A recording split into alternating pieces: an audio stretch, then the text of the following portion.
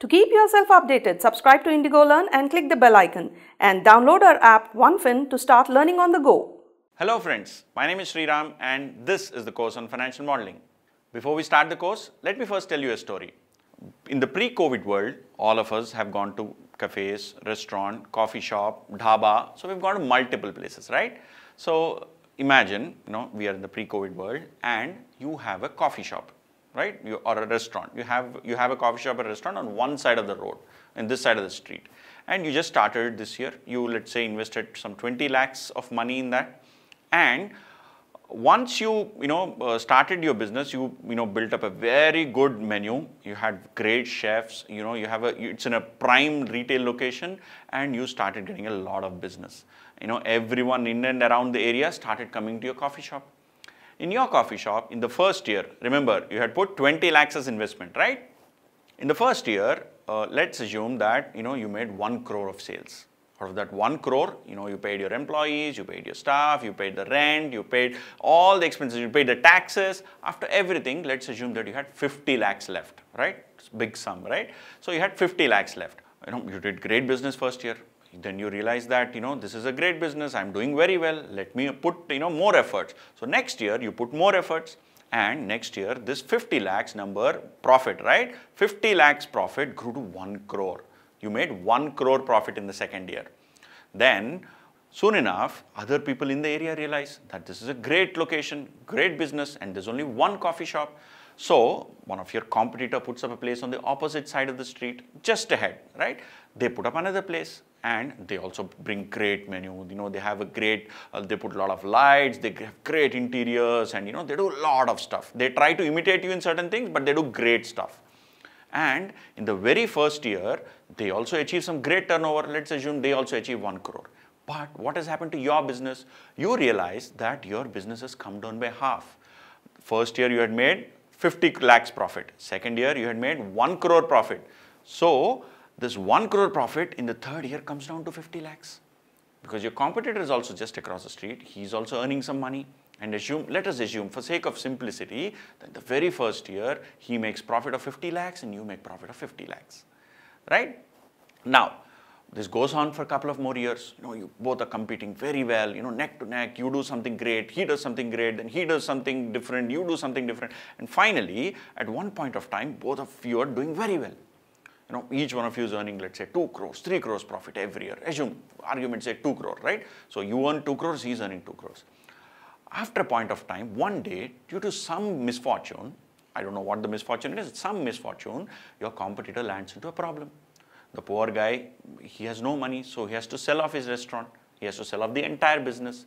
So he puts up a board there, for sale board, right? Then you look at it. Then you realize this is a great opportunity. I am earning 2 crores profit. He's also earning 2 crores profit and he's for sale. It's a great time for me to make money.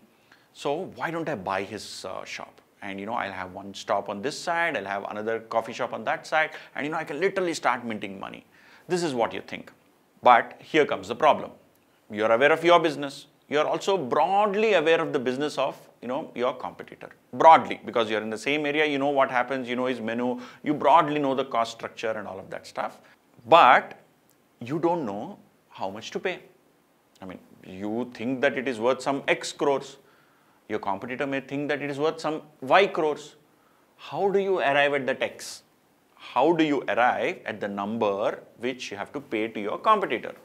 Your competitor may be in deep distress. He may not actually, he may require money very, very immediately, and he may quote a price lower than what you are willing to, pay, or he may quote a price. His price could be anything.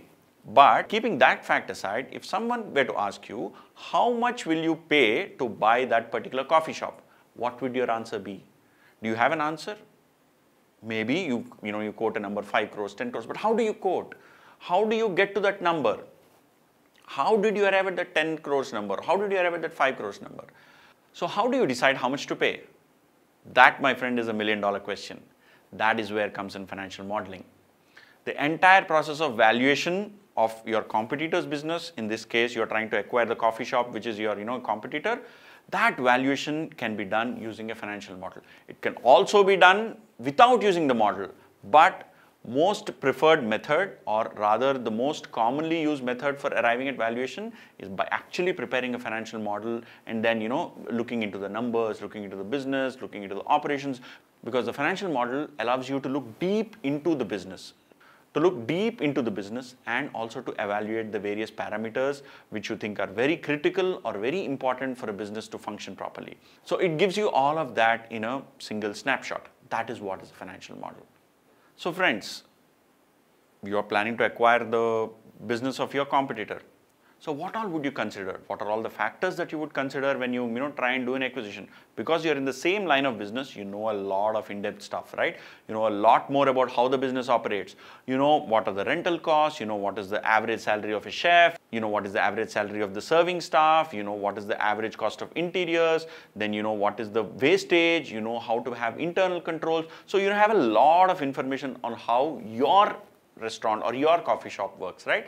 And you can pretty much assume that your competitor's business also has similar metrics. I'm not saying same numbers or same metrics, but also has similar metrics. You may have 10% wastage, they may have 12%. So you basically try and create an idea of what could be potentially the operations of your competitor whose business you are trying to acquire. So you will go about preparing a model. What will you put in that model? Eventually, the outcome of that model is obviously, the cash flows over a series of period. Let's take, for a very simplistic case, the cash flows are equal to profits. Usually that is not the case, but for a very, very simplistic argument, let us assume that the 50 lakhs or 1 crore of profit that you've made in the past, and which is what your competitor has also made, let us assume that they're equivalent to your cash profits.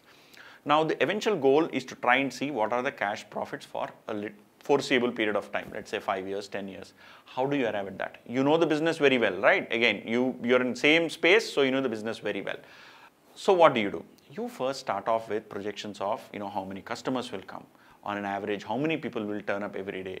For that, what are the average items that you have to, prepare? How much is the wastage in that? What is the average salaries? What is the, cost of rentals, or what is the cost of how much you have to pay to the local taxes? Everything, you'll try and put those numbers into an Excel sheet. Why again I'm saying an Excel sheet? You can definitely put this in a pen and paper, and you can have elaborate reams of paper on this. But Excel sheet makes life far more simple. So you'll start putting all of these things, into the model. You'll build a financial model by which the final outcome is you'll very clearly know what are the cash flows from this business, right? For that, you have to prepare a P&L. For that, you have to prepare a balance sheet. For that, you have to prepare cash flow statement. And the P&L and the balance sheet have a lot of items. Basically your revenue, your cost, then your assets, your liabilities, all of that. So you'll start filling in all of those data based on the knowledge that you have, based on the operations that you think that will happen. So my dear friends, that very, very simply put, that is a financial model. You who have some expertise or understanding or idea of a business are trying to see what are the cash flows that that business will generate by trying to imagine and create a model for that business. That model outcome of that model is financial numbers, but the input into that model are operating details, like as we discussed, right, as the cost of chef, cost of service, people who are serving, cost of furniture, cost of interiors, taxes, all of that are operational inputs.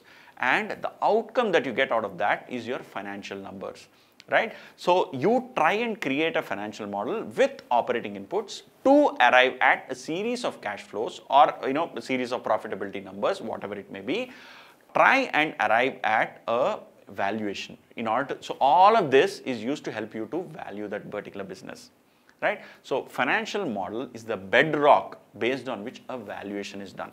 There are other ways of valuing a business. I am not saying that there are no other ways, but typically when you are trying to acquire a business, you would always want to see financial model, not because whatever is the number that is given in the financial model is sacrosanct. No. I mean, the model is only as good as the creator and the imagination of the creator. So you're not looking into it just for the sake of, believing that there's a number that is stated here and that is going to happen, definitely whatever the number is, stated in the model will happen next year. No.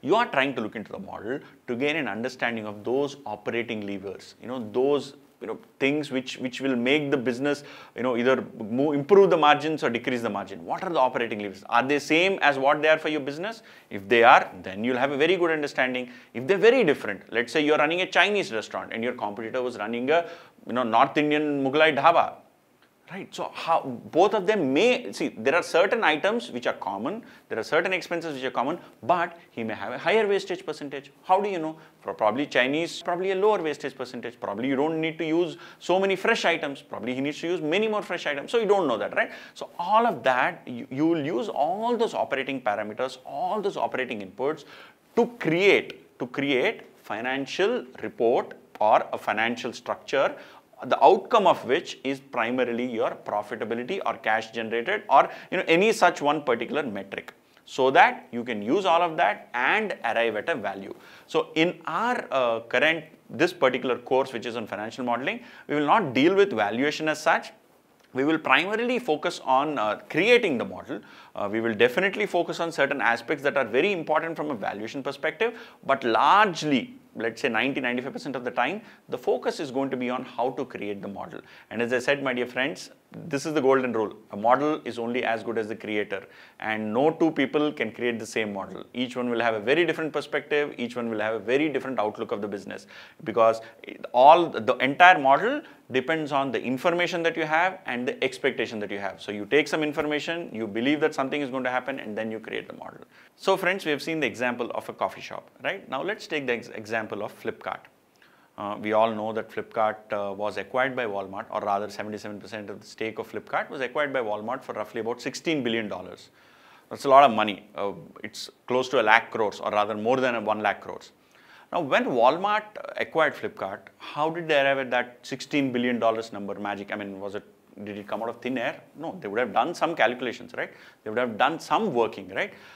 Especially when it is such a large acquisition, they would have had a lot of workings. Actually, not some workings. They would have very, detailed calculations, detailed computations.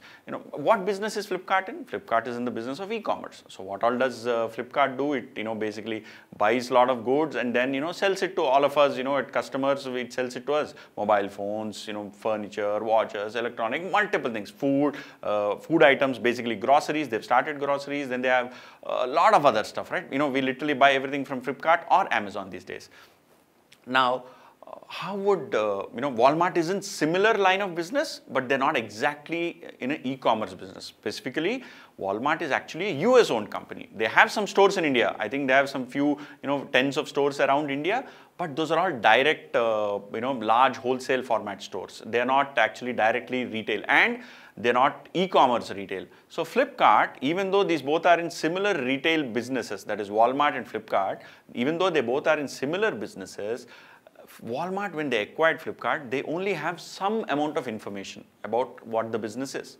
And especially when they're committing 1 lakh crores, they have to do a lot of computations and calculations. And how do they do these calculations? Again, they try and estimate certain operating parameters of Flipkart. They probably take something from Amazon's annual report. They probably take what is India's GDP, what is India's penetration of internet, what is India's penetration of internet e-commerce. So they take a lot of such numbers, and then they try and make a projection of what is the future profitability of Flipkart. For that future profitability, as we discussed, they use all these operating drivers to create a balance sheet, a P&L, and a cash flow statement, and finally arrive at, most likely they will arrive probably at cash generated from the particular business. And again, a caveat, this entire financial model is for two purposes.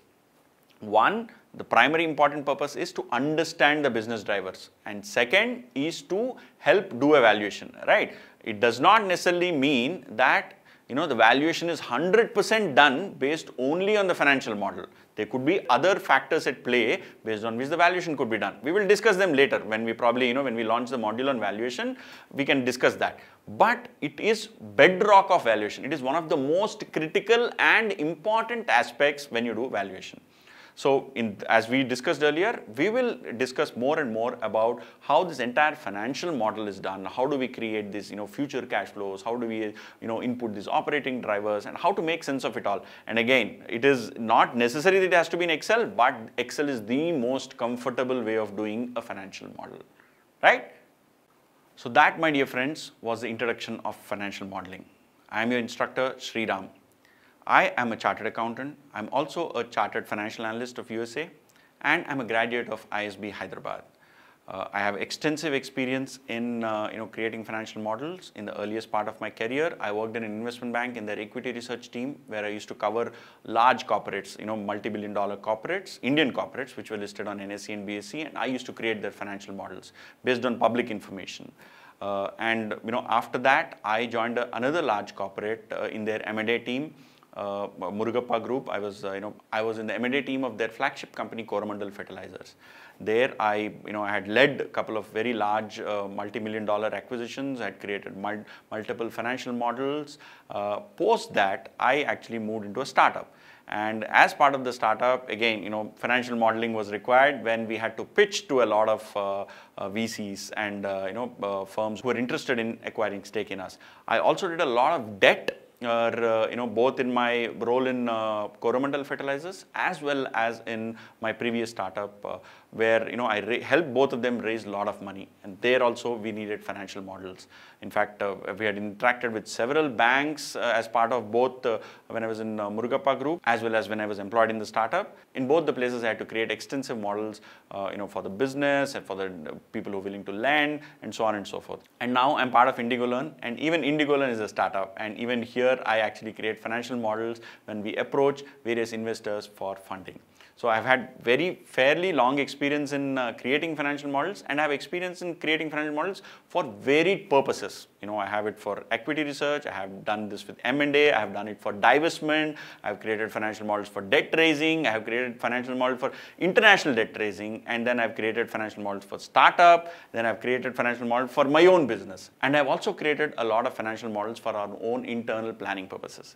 So this is a breadth of my experience on financial models, a lot of which I will try to pass on a lot of learnings what I've got. I'm not saying that is the entire breadth, but definitely most of the learnings that I've acquired over the last 12-13 years, I would be more than happy to pass them along, right? So let's start off.